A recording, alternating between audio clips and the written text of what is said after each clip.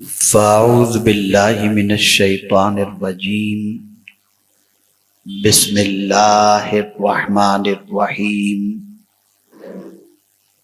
شہر رمضان الذی انزل فیہ القرآن ھدی للناس وبینات من الھدی والفرقان صدق اللہ العظیم۔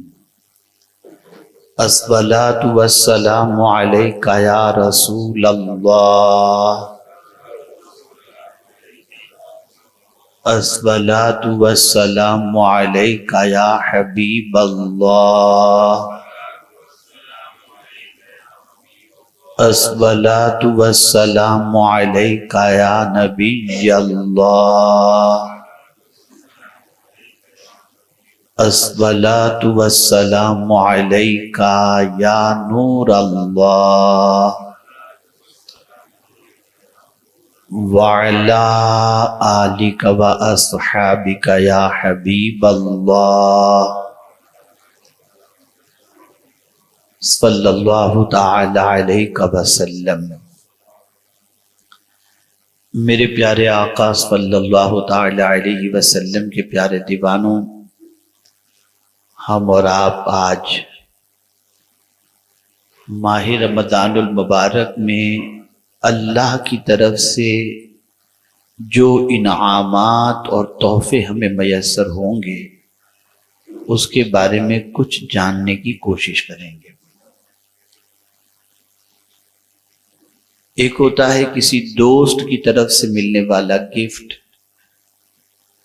جس کو کبھی کبھی ہم مہینوں سجا کر کے، سالوں سجا کر کے اپنے گھروں کے اندر رکھتے ہیں تاکہ آنے والا دیکھے اور پتہ چلے کہ یہ فلاں کی طرف سے ملنے والا گفٹ ہے۔ کبھی کوئی ایوارڈ ملتا ہے تو اسے بھی ہم سجا کے رکھتے ہیں کہ ہر آنے والے کی نظر اس پر پڑے تاکہ اسے پتہ چلے کہ کون سا ایوارڈ اسے نصیب ہوا ہے۔ لیکن ہماری زندگی کا حال یہ ہے کہ جس طرح سے بہت ساری نعمتیں قدرت کی طرف سے ہمیں ملی ہیں اور ہم ان نعمتوں کی صحیح معنوں میں قدر نہیں کرتے، ویسے ہی ماہ رمضان المبارک میں ہمیں جو انعامات اللہ کی طرف سے ملے ہیں ان انعامات کی بھی ہم صحیح معنوں میں قدر نہیں کر پاتے۔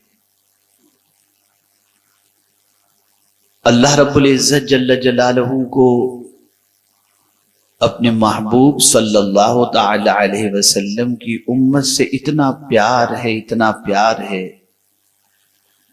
کہ بہت سارے انعامات تو اللہ نے ایسے اس امت کو عطا فرمائے کہ اس سے پہلے کسی نبی کی امت کو اللہ نے یہ انعام نہیں دیے۔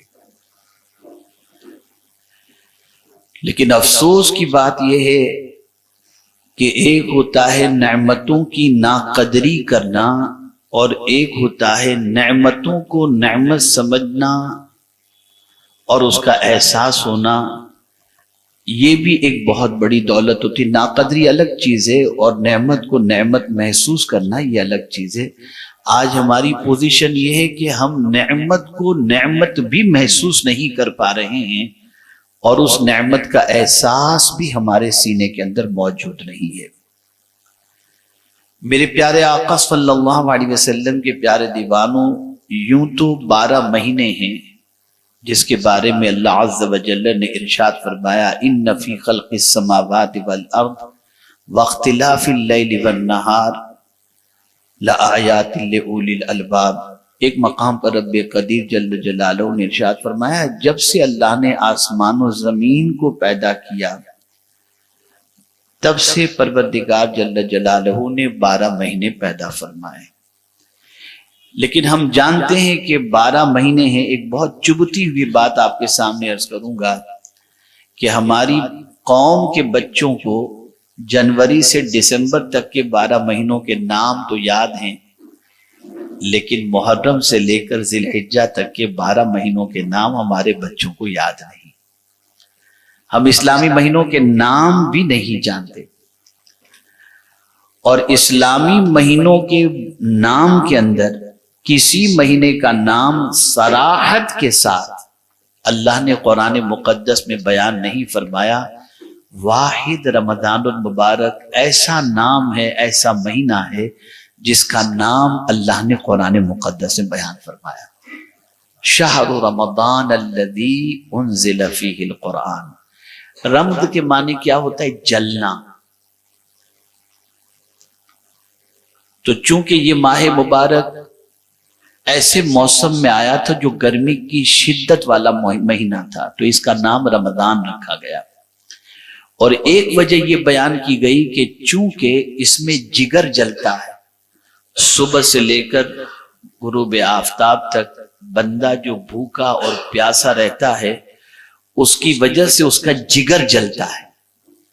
اسی لیے آپ دیکھیں گے نا، آپ کو شاید اس کا احساس اس اینگل سے نہ ہوتا ہو کہ افطار کا وقت ہوتا ہے تو آدمی جلدی جلدی جتنا پینا ہوتا ہے پانی پینے کی کوشش کرتا ہے، اس لیے کہ وہ اندر جو جلتا ہے جگر، اس جگر کو ٹھنڈک. اور آپ جانتے ہیں اس جگر کے جلنے سے کیا ہوتا ہے؟ فرمایا گیا اللہ اس سے گناہوں کو جلا دیتا ہے، معاف فرما دیتا ہے. تو اس مہینے کو اللہ عز و جل نے رمضان فرمایا، ماہ رمضان. اللہ کے ناموں میں سے بھی ایک نام رمضان ہے. اب یہ مہینے کی خصوصیت اللہ بیان فرماتا ہے. اب میں آپ کے سامنے اس مہینے کے انعام کا تذکرہ شروع کرتا ہوں تاکہ آپ محسوس کر سکیں کہ کتنا عظیم مہینہ آ رہا ہے اور اس ماہ مبارک میں اللہ نے ہم کو کیا کیا عطا فرمایا ہے. پہلی چیز، شہر رمضان الذی انزل فیہ القرآن. رمضان کا مہینہ جس میں قرآن اترا. تو پہلی نعمت ہمیں اللہ عز و جل نے جو ماہ رمضان المبارک میں عطا فرمائی وہ قرآن کی شکل میں عطا فرمائی. اب آپ سوچیں، قرآن معمولی کتاب ہے؟ قرآن اتنی عظمت والی کتاب ہے کہ آقا کریم صلی اللہ علیہ وسلم ارشاد فرماتے ہیں کہ جب کوئی بندہ قرآن کی تلاوت کرتا ہے تو ایک رسی ہے جس کا ایک سرا اللہ کے دست قدرت میں ہے، اور جب کوئی قرآن پڑھتا ہے تو اس کا دوسرا سرا اس کے ہاتھ میں ہوتا ہے. گویا پڑھنے والا قرآن پڑھ رہا ہے اور حقیقت میں اللہ عز و جل کی شان کے مطابق اس کا دامن اس کے ہاتھوں میں ہوا کرتا ہے. اتنی عظمت والی کتاب کہ اس کا فائدہ ہم اس اینگل سے بھی محسوس کرتے ہیں کہ ہمارے یہاں اگر کسی کا انتقال ہو جائے تو ہم اس کے فائدے کو جانتے ہوئے فوراً قرآن خوانی کرتے ہیں. ہم جانتے ہیں کہ یہ کتاب بخشوا دے گی، اس کا ثواب مرنے والے کو پہنچے گا تو اس کی نجات ہو جائے گی. تو اب آپ سوچئے، جس کتاب کے حوالے سے ہمارا یہ یقین ہے کہ یہ کتاب مرنے والے کو پڑھ کر ایصال ثواب کی جائے، اس کی تلاوت ایصال ثواب کی جائے تو مرنے والے کو اس سے فائدہ پہنچتا ہے. یہ عظمت والی کتاب کو اللہ نے جب نازل کرنا چاہا تو کسی اور منتھ میں نہیں، ماہ رمضان میں نازل فرمایا. تو یہ ماہ مبارک اتنی عظمت والا ہے کہ اس میں یہ عظیم کتاب ہمیں اللہ نے عطا فرمائی. پوری کتاب کی فضیلت اپنی جگہ پر ہے، لیکن آپ چھوٹی چھوٹی آیتوں اور سورتوں کو بھی دیکھ لیں. میں صرف آپ کے سامنے ایک آیت کریمہ کی بات کرتا ہوں، اور وہ آیت کریمہ ہے جس کو آیت کریمہ ہی کہتے ہیں. آیت کریمہ ہی کہتے ہیں، ٹھیک ہے نا؟ ایک آیت، اس ایک آیت کی فضیلت میں آقا کریم صلی اللہ علیہ وسلم نے ارشاد فرمایا، جب کسی پر کوئی مصیبت آ جائے اور کوئی شخص اس آیت کریمہ کی تلاوت کر لے تو اللہ تعالیٰ اس کی مصیبت کو دور فرما دیتا ہے. وہ آیت کریمہ ہے لا الہ الا انت سبحانک انی کنت من الظالمین. آقا کریم صلی اللہ علیہ وسلم کی بارگاہ کے اندر بچوں کے نظر لگنے کی شکایت کی گئی تو سرکار صلی اللہ علیہ وسلم نے فرمایا اپنے بچوں کو رات کو سوتے وقت آیت الکرسی پڑھ کر کے دم کر دو، بچوں کو نظر نہیں لگے گی. آپ دیکھیں کاروبار میں تنگی ہے، دھندا نہیں چلتا، کاروبار نہیں چلتا، فرمایا گیا دکان کھولنے سے پہلے سورہ علم نشرہ کی تلاوت کر لو، اللہ تمہارے رزق کے اندر برکتیں عطا فرمائے گا۔ یہ تو میں آپ کو صرف ایک چھوٹی چھوٹی چیزیں بتا رہا ہوں، ایک آیت، ایک سورت، ایک آیت، اس طریقے سے بتا رہا ہوں، لیکن یہ پورا قرآن اللہ نے جو نازل فرمایا اس کے لیے کسی اور منتھ کا اللہ نے سلیکشن نہیں، ماہ رمضان کا سلیکشن فرمایا۔ یہاں سے یہ بات سمجھ میں آئی کہ یہ کتاب جس کے نزول کے لیے اللہ نے ماہ رمضان کا انتخاب کیا، یہ مہینہ کتنی عظمت والا مہینہ ہے کہ اس مہینے نے ہمیں قرآن جیسی عظیم دولت عطا فرمائی۔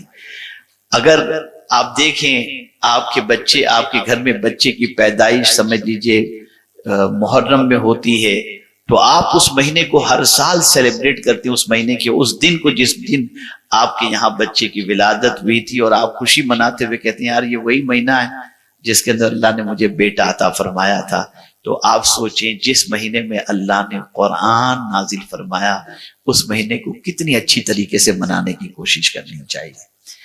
اللہ تعالیٰ نے جس مہینے میں قرآن نازل کیا اسی مہینے میں بندے کا دل بھی قرآن کی طرف مائل کر دیا۔ جو مسلمان پورا سال قرآن نہیں پڑھتا وہ بھی ماہ رمضان میں قرآن کھول کر کے بیٹھ جاتا ہے، یا اللہ ماجرا کیا ہے، پیٹ بھرا ہوا تھا تو قرآن نہیں پڑھتا تھا، بھوکا رہ کر قرآن پڑھتا ہے۔ تو جواب ملے گا جس مہینے کو ہم نے قرآن کے نزول کا مہینہ بنایا اس مہینے میں لوگوں کے دل کو بھی ہم نے قرآن کی طرف مائل فرما دیا۔ تو یہ کتاب بڑی عظمت والی کتاب ہے، اور یہ مہینہ نزول قرآن کا مہینہ ہے۔ میرے پاس اس وقت قرآن کیا ہے اور قرآن کو کیسی کتاب اللہ نے فرمایا اس کے سلسلے میں مجھے کچھ بیان نہیں کرنا ہے۔ میں آپ کو صرف آج یہ بتاؤں گا کہ ماہ رمضان کے انعامات کیا ہیں۔ ان میں سے پہلا انعام، اللہ نے ماہ رمضان میں ہم کو قرآن جیسی عظیم دولت عطا فرمائی۔ پھر آگے بڑھیں، دوسری نعمت اللہ نے کیا عطا فرمائی؟ تو قرآن کہتا ہے اِنَّا أَنزَلْنَاهُ فِي لَيْلَةِ الْقَدْرِ وَمَا أَدْرَاكَ مَا لَيْلَةُ الْقَدْرِ لَيْلَةُ الْقَدْرِ خَيْرٌ مِّنْ أَلْفِ شَهْرٍ۔ قدر والی رات جو 1000 مہینوں سے بہتر ہے، 1000 مہینوں سے آپ کاؤنٹ کریں، 1000 مہینوں کو کاؤنٹ کریں، اس سے بہتر اللہ نے قدر والی جو رات عطا فرمائی وہ کوئی اور مہینے میں نہیں، اسی مہینے میں اللہ نے عطا فرمائی، جسے لیلۃ القدر کہتے ہیں۔ آپ سوچتے ہوں گے قدر کے معنی آپ کے ذہن میں یہ آتا ہوگا کہ اس کی ویلیو محسوس کرنا، اس کی قدر کرنا، یہ معنی نہیں ہے اس کا۔ قدر کے معنی ہوتا ہے تنگ۔ قدر کے معنی کیا ہوتا ہے؟ تنگ، نیرو، ایک دم تنگ کے معنی میں ہوتا ہے۔ اللہ عز و جل قرآن مقدس میں ارشاد فرماتا ہے اللہ یبسط الرزق لمن یشاء ویقدر۔ اللہ جس کا چاہتا ہے، جس کی چاہتا ہے روزی کشادہ کر دیتا ہے، اور جس کی چاہتا ہے تنگ کر دیتا ہے۔ یعنی قدر کے معنی تنگ کے ہے۔ اب اس رات کو تنگ والی رات کیوں کہتے ہیں؟ یعنی قدر کے معنی تو ہم کو تو یہی سمجھ میں آتا ہے کہ اس کی قدر کرنی چاہیے، یہ مطلب نہیں ہے۔ قدر کے معنی تنگ کے ہوتا ہے۔ تنگ سے مراد یہ ہے کہ اس رات آسمان سے اتنے فرشتے زمین پر اترتے ہیں کہ دل رکھنے کی جگہ نہیں ہوتی، جگہ تنگ پڑ جاتی ہے، اس لیے اس رات کو قدر والی رات کہا جاتا ہے۔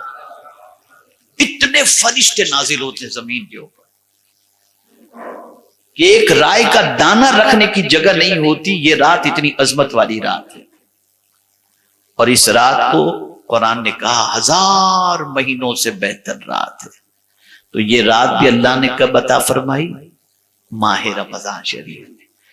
اور میرے پیارے آقا صلی اللہ تعالی علیہ وسلم کے پیارے دیوانوں، اللہ کے رسول صلی اللہ تعالی علیہ وسلم کو پروردگار نے طاق راتوں کے اندر لیلۃ القدر کے حوالے سے فرما دیا تھا، اور مخصوص طور پر وہ رات بھی بتا دی گئی تھی 21، 23، 25، 27 اور 29 میں سے جو لیلۃ القدر یعنی 1000 مہینوں سے بہتر والی جو رات تھی وہ رات بتا دی گئی تھی، اور حضور تشریف لے جا رہے تھے اپنی امت کو بتانے کے لیے لیکن دیکھا تو حضور کے دو امتی جھگڑا کر رہے تھے، تو اللہ نے حضور کے ذہن سے یہ رات جو پرٹیکولر جس رات کے بارے میں تھا اس کو اللہ نے اپنے محبوب کے ذہن سے نکال دیا، اور امت کو یہ بتا دیا گیا کہ اب تم ان 5 راتوں کے اندر تلاش کرو، اس لیے کہ لیلۃ القدر جو ہے انہی 5 راتوں کے اندر میں سے کوئی ایک رات ہوگی۔